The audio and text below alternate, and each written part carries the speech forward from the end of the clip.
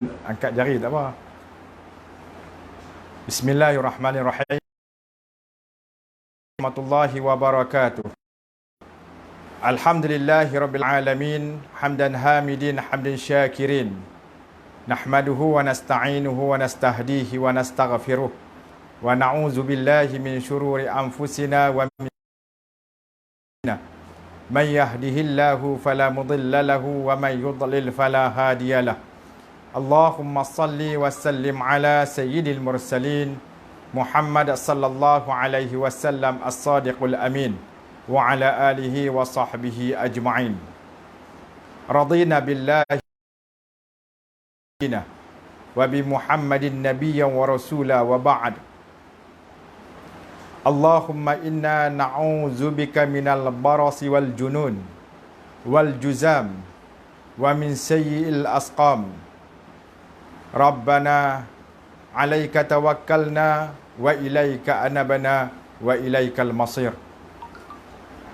Alhamdulillah, segala puji dan syukur kepada Allah Subhanahu wa taala kita rafa'kan di atas limpah kurnia, inayah dan hidayah Allah Subhanahu wa taala. Pada malam ini merupakan hari yang ke-28 daripada bulan Sya'ban. Dan apabila malam ini masuklah hari yang ke-29 daripada bulan Sya'ban. Dan hari ini merupakan tanggal 22 bulan April tahun 2020. Dan kita masih lagi dalam suasana PKP, Perintah Kawalan Pergerakan. Dan kita masih lagi berada di rumah dalam keadaan suasana kita ingin menyambut Ramadan Al-Mubarak. Lebih kurang 2 hari saja lagi mulai daripada hari ini. Esok dan lusa insya-Allah kita akan berpuasa. Dan puasa kita tahun ini adalah very special ataupun sangat istimewa kerana kita memulakan puasa pada hari Jumaat. Di dalam sebuah hadis Nabi sallallahu alaihi wasallam, Nabi menyebutkan as-sayyidul ayyam yaumul jum'ah wa sayyidus syuhur syahrul ramadan. Penghulu segala hari adalah hari Jumaat dan penghulu segala bulan adalah bulan Ramadan. Kita memulakan bulan Ramadan ini, yakni penghulu segala bulan pada hari penghulu segala hari. Mudah-mudahan Allah Subhanahu wa taala akan menjadikan Ramadan kali ini Ramadan yang lebih baik daripada Ramadan yang lalu, dan jangan melepaskan peluang-peluang yang ada di dalam bulan Ramadan untuk kita merebut segala rahmah, segala keberkatan yang Allah Subhanahu wa taala sediakan di dalam bulan yang penuh dengan keampunan dan juga rahmat Allah Subhanahu wa taala. Tuan-tuan dan puan-puan, muslimin dan muslimat yang dirahmati Allah Subhanahu wa taala. Pada malam ini kita ingin membicarakan tentang tajuk kita jaga kita. Apabila kita sebut kita, pertama sekali kita ingin merujuk yang dimaksudkan dengan kita ini adalah seluruh manusia. Dan khusus kita yang kita maksudkan pada malam ini adalah kita daripada kalangan orang Islam.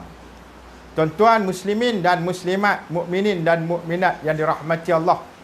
Kalau kita sebut kita dalam segi keseluruhan secara umumnya, termasuklah kita orang Islam, ada orang yang bukan Islam, ada berbagai-bagai bangsa sebagaimana Allah Ta'ala sebut di dalam Al-Quran. Allah Subhanahu wa taala menjadikan manusia itu dari pelbagai kaum. Wa ja'alnakum syu'uban wa qabaila. Dan kami jadikan kamu pelbagai bangsa dan juga pelbagai kabilah, pelbagai kaum, lita'arafu, untuk kamu kenal di antara satu kaum dengan kaum yang lain. Dan dalam keadaan kita nak jaga kita ini, ya, satu firman Allah Subhanahu wa taala. Allah berfirman dalam Al-Quran, wa ta'awanu 'alal birri wat taqwa. Tolong menolonglah kamu dalam perkara kebaikan. Perkara kebaikan dengan semua kaum. Wat taqwa. Dan takwa ini khusus untuk orang yang beriman kepada Allah Subhanahu wa taala. Dengan semua kaum kita buat baik. Jadi kita nak jaga supaya apa yang melanda kita sekarang ini, yakni wabak penyakit coronavirus atau dikenali dengan COVID-19 ini, tidak merebak kepada manusia-manusia yang lain, untuk kita jaga kita supaya kita akan dapat hidup dengan sempurna selepas daripada ini. Ya, dengan cara apa? Dengan cara PKP ini, ya, Perintah Kawalan Pergerakan, supaya kita dapat membendung, mencegah penyakit. Ya, di dalam pepatah Arab menyebutkan al-wiqayah ghairun minal ilaj, atau dalam bahasa Inggerisnya prevention is better than cure. Dalam bahasa Melayunya, ya, mencegah itu lebih baik daripada mengubati. Jadi apa yang kita buat ni, kita jaga kita, ya, dalam konteks kita nak mencegah penularan penyakit coronavirus ini, ialah dengan kita mengadakan PKP ini, Perintah Kawalan Pergerakan, supaya penyakit ini tidak akan merebak. Kita tidak membawa penyakit kepada orang lain tak bawa penyakit kepada kita. Itu dalam konteks penyakit coronavirus, ya, penyakit COVID-19 yang kita sebutkan melanda dunia pada sekarang ini. Dan kita jangan lupa bahawasanya kita akan menyambut Ramadan tak lama lagi. Ya, jadi PKP itu adalah, ya, puasa kena penuh. Puasa, K kena, P penuh.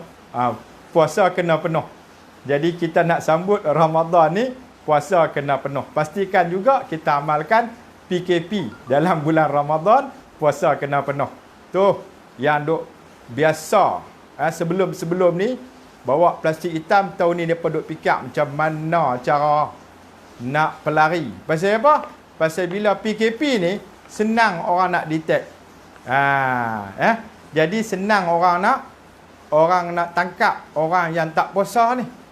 Jangan pula nanti, ya, 24 hari bulan keluar daripada rumah, polis tanya, hang nak pergi mana? Jawab kata, saya nak pergi beli makan. Tak hantar pergi lokap, dia hantar pergi pejabat agama, naik. Pasal hari tu hari puasa. Hari mula puasa. Jangan duk buat pasal. Jadi tuan-tuan muslimin dan muslimat yang dirahmati Allah SWT, ya, puasa ini juga adalah suatu perkara yang menunjukkan satu perintah kawalan. Sebab puasa ini, kalau menurut pengertiannya, ialah menahan diri daripada melakukan perkara-perkara yang boleh membatalkan puasa, mulai daripada terbit fajar hingga terbenam matahari. Itu maksud puasa. Dan kita kena jaga. Jaga apa? Jaga diri kita.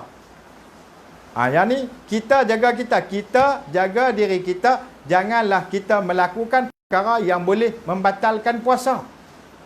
Dan kita jaga kita dalam konteks, kita sebagai seorang Islam juga kena ingat, ya, tuan-tuan muslimin dan muslimat yang dirahmati Allah SWT, yakni Allah menurunkan Al-Quran supaya dapat menjaga kita daripada ancaman yang lebih besar, yakni ancaman neraka Allah Subhanahu wa taala.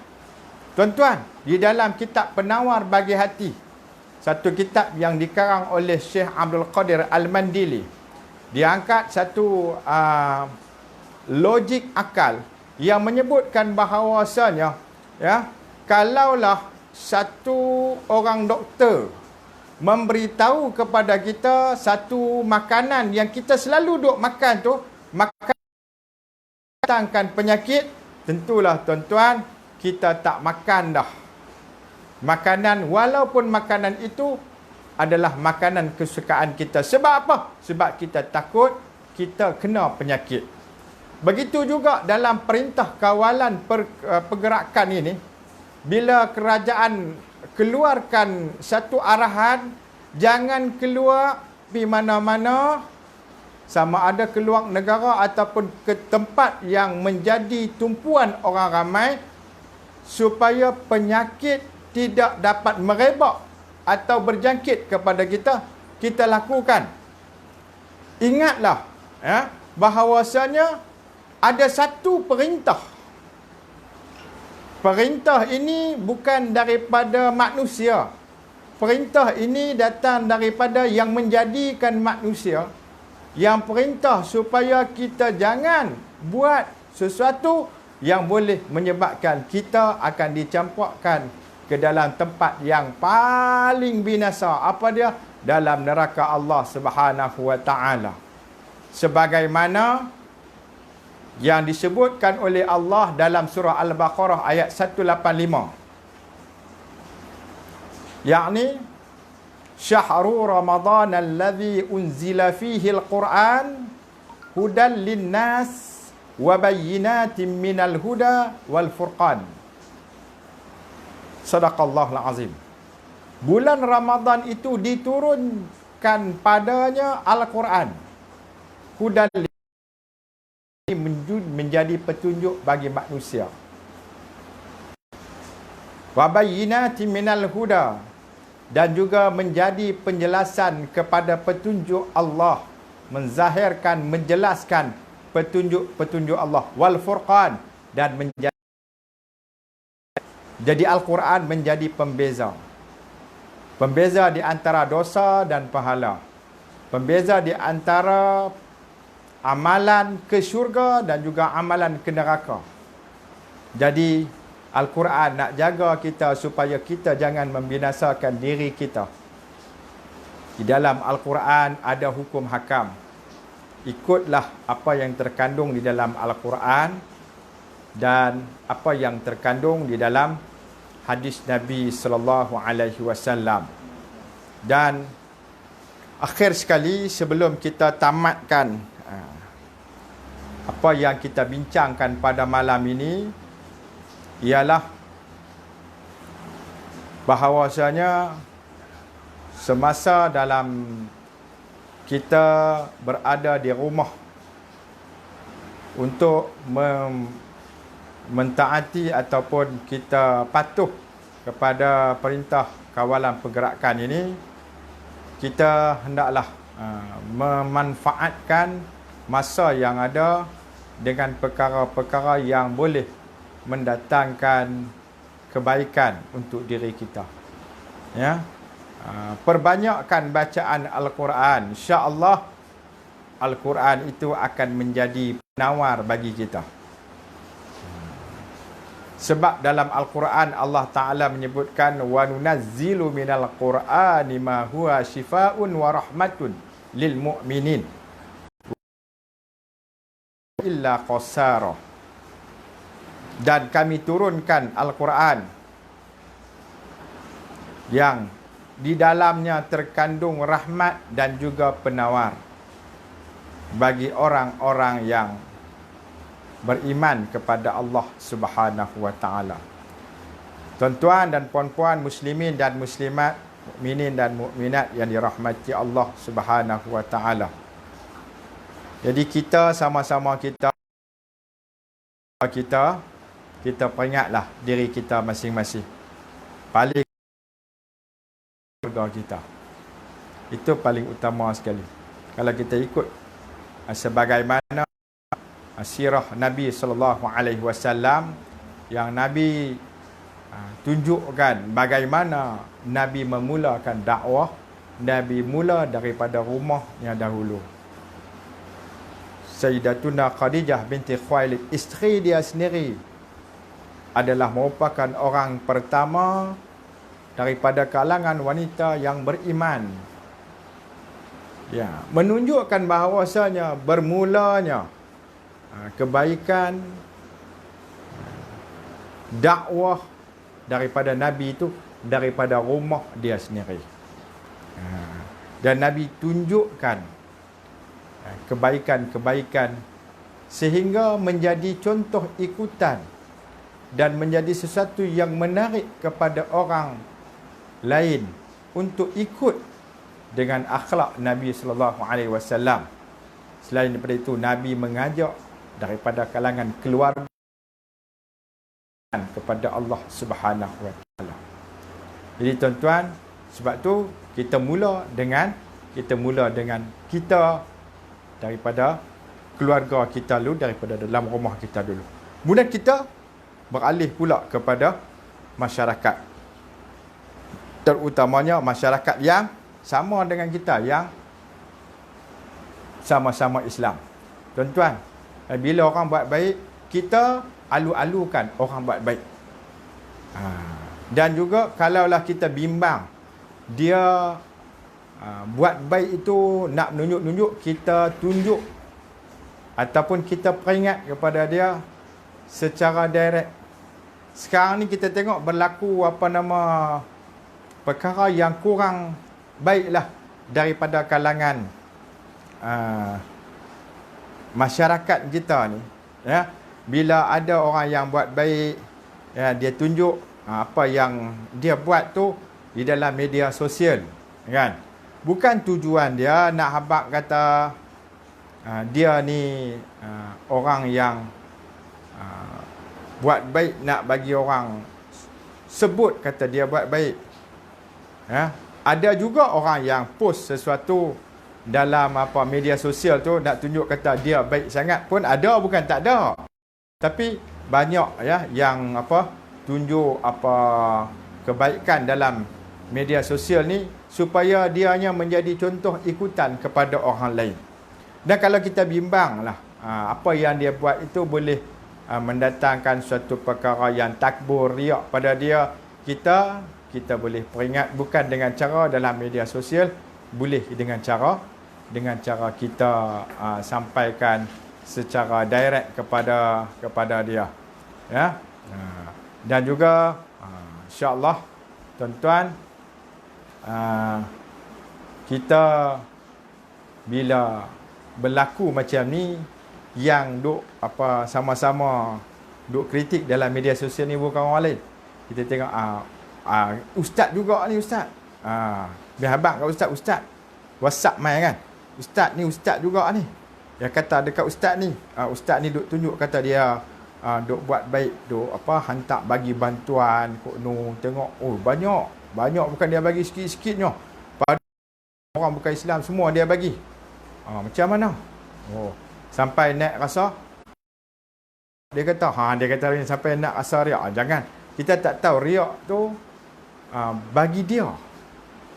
Kita tak tahu. Jangan kita kata sesuatu yang buruk bila kebaikan tu kita nak tonjolkan, ya, tentang kebaikan Islam, ya. Jadi jalan tengah dia, jangan berhenti buat baik, terus buat baik, ya. Nak tunjuk ke orang, menjadi contoh kepada orang lain untuk buat baik, silakan. Dalam masa buat baik tu jangan ada sifat sum'ah, jangan ada sifat riak, jangan ada sifat ta'ajub, ya, ujub dalam diri kita, ya. InsyaAllah yang orang lain, dia tengok orang lain buat baik, ya, dia ikutlah contoh ni, dia pun buat baik sama. Mudah-mudahan Allah Subhanahu Wa Taala akan memberkati kita.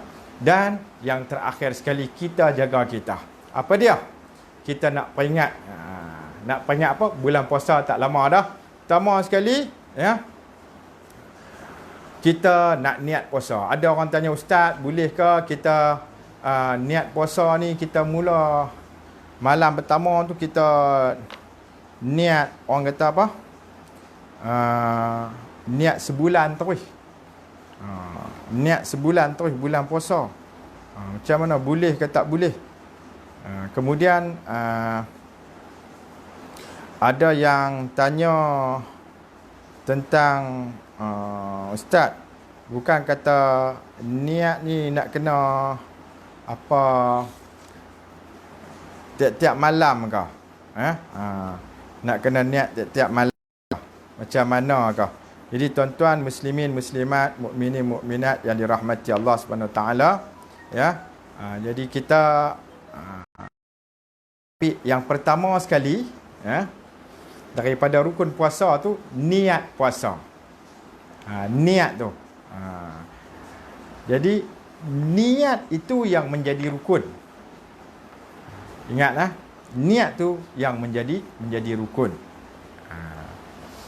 Jadi boleh dia nak ambil kaedah bermula daripada malam pertama dia niat sebulan terus.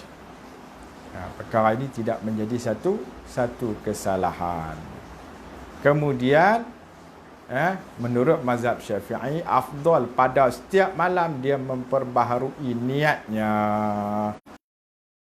Ada malam yang dia terlupa, maka niat dia yang sebulan tadi dapat menampung yang dia lupa untuk dia niat pada tiap-tiap malam.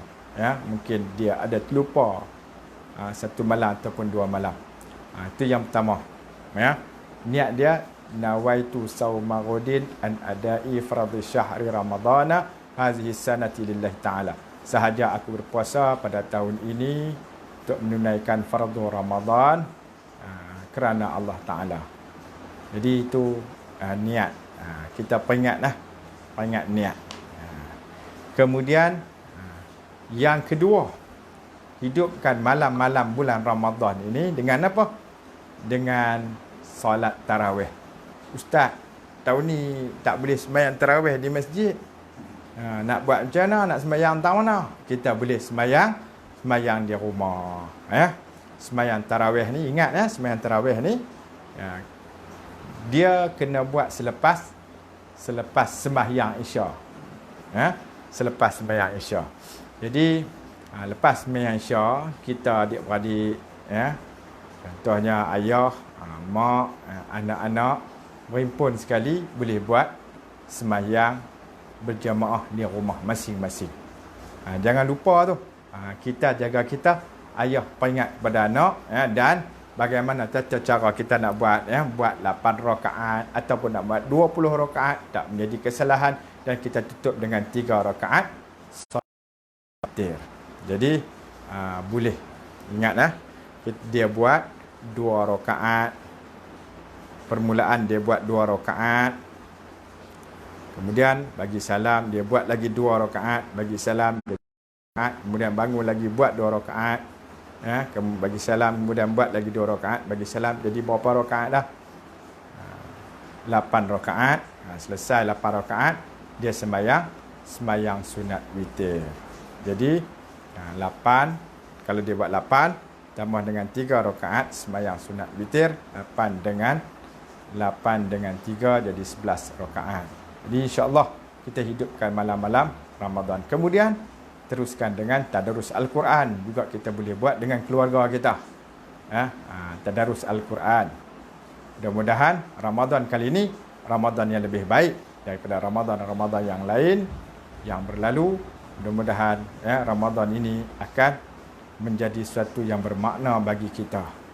Jadi tuan-tuan muslim yang dirahmati Allah, akhir kalam daripada saya, saya mohon maaf kalau ada salah silap dalam ucapan yang saya sampaikan, dan marilah sama-sama kita tangguh dengan tasbih kafarah dan doa kepada Allah SWT. Subhanakallah hamdika asyhadu an la ilaha illa anta astaghfiruka wa atubu ilaik. Bismillahirrahmanirrahim. Wal 'asr innal insana lafi khusr illa alladziina aamanu wa 'amilus shalihat wa tawassaw bil haqq wa tawassaw bis sabr. Shadaqallahul azim. A'udzu billahi minasyaitonir rajim. Bismillahirrahmanirrahim.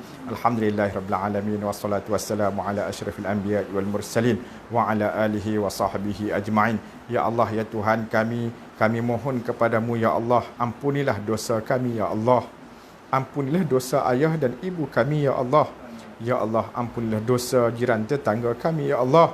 Ya Allah, ampunilah dosa rakan taulan kami, ya Allah. Ya Allah, ya Tuhan kami, jadikanlah Ramadan kali ini adalah Ramadan yang terbaik untuk kami, ya Allah. Ya Allah, terimalah segala amalan kami, ya Allah. Ya Allah, kami mohon kepadamu, ya Allah. Kami sedang ditimpa satu musibah, ya Allah. Satu wabak yang mengancam dunia ini, ya Allah. Sehingga rumah-rumahmu sunyi, ya Allah. Ya Allah, kami mohon kepadamu, ya Allah. Ampunilah dosa kami, ya Allah. Kembalikanlah kami, ya Allah, ke rumah. Jangan Engkau biarkan tanah haram Mekah dan Madinah kosong daripada manusia, ya Allah. Ya Allah, Engkau segerakanlah untuk menghapuskan wabak ini, agar rumahmu di Mekah dan Madinah dan juga rumah-rumahmu di serata dunia akan diimarahkan. Rabbana alaika tawakkalna wa ilaika anabna wa ilaikal masir. Rabbana atina fid dunya hasanah wa fil akhirati hasanah wa qina azaban nar. Wa sallallahu ala sayyidina Muhammad wa ala alihi wa sahbihi ajmain walhamdulillahi rabbil alamin. Hadza wa billahi taufiq wal hidayah. Assalamualaikum warahmatullahi wabarakatuh. Bertemu lagi kita di lain ketika, insya-Allah.